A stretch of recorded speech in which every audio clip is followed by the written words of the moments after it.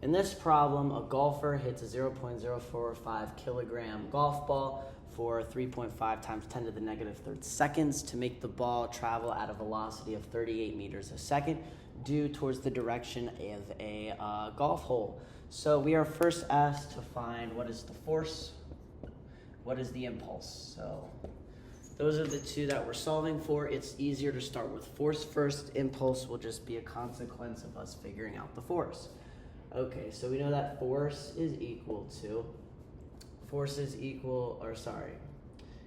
know that impulse is equal to the force that we apply by a factor of some time interval, right? So all impulse says is, okay, we have like a golf ball, for example.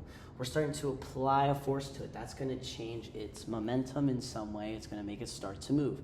That's what impulse is, right? Like if I punch you in the face, right? Okay, that's one thing, I applied a force. But if I punch you and start moving you, you're gonna start to move, right? That's what impulse is kind of about. We apply that force, that same punching force, over a given time.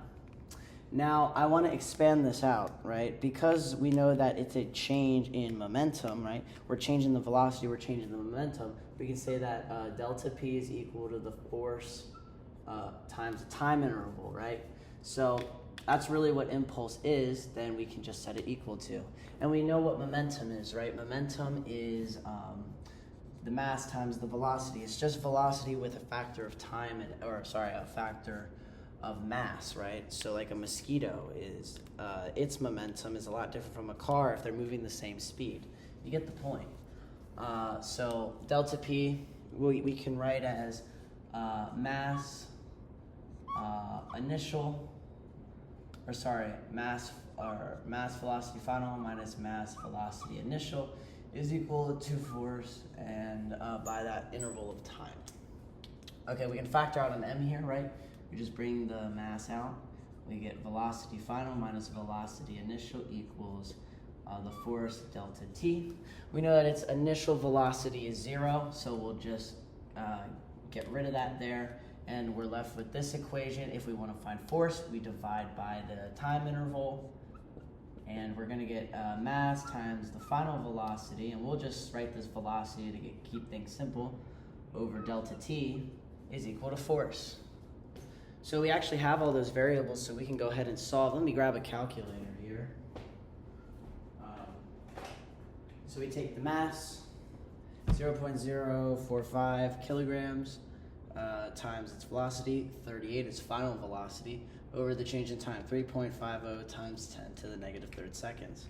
We get the force that the golfer applied for that given time to be the average force to be 48.9, and we can, let's just keep the 3 sig figs, so our impulse is a little accurate. Okay, so for the impulse, we know that is force. Impulse is force times that interval of time. So how do we solve for impulse? Well, we just plug and chug. We know that the force is 489 newtons times that time interval. And we are going to get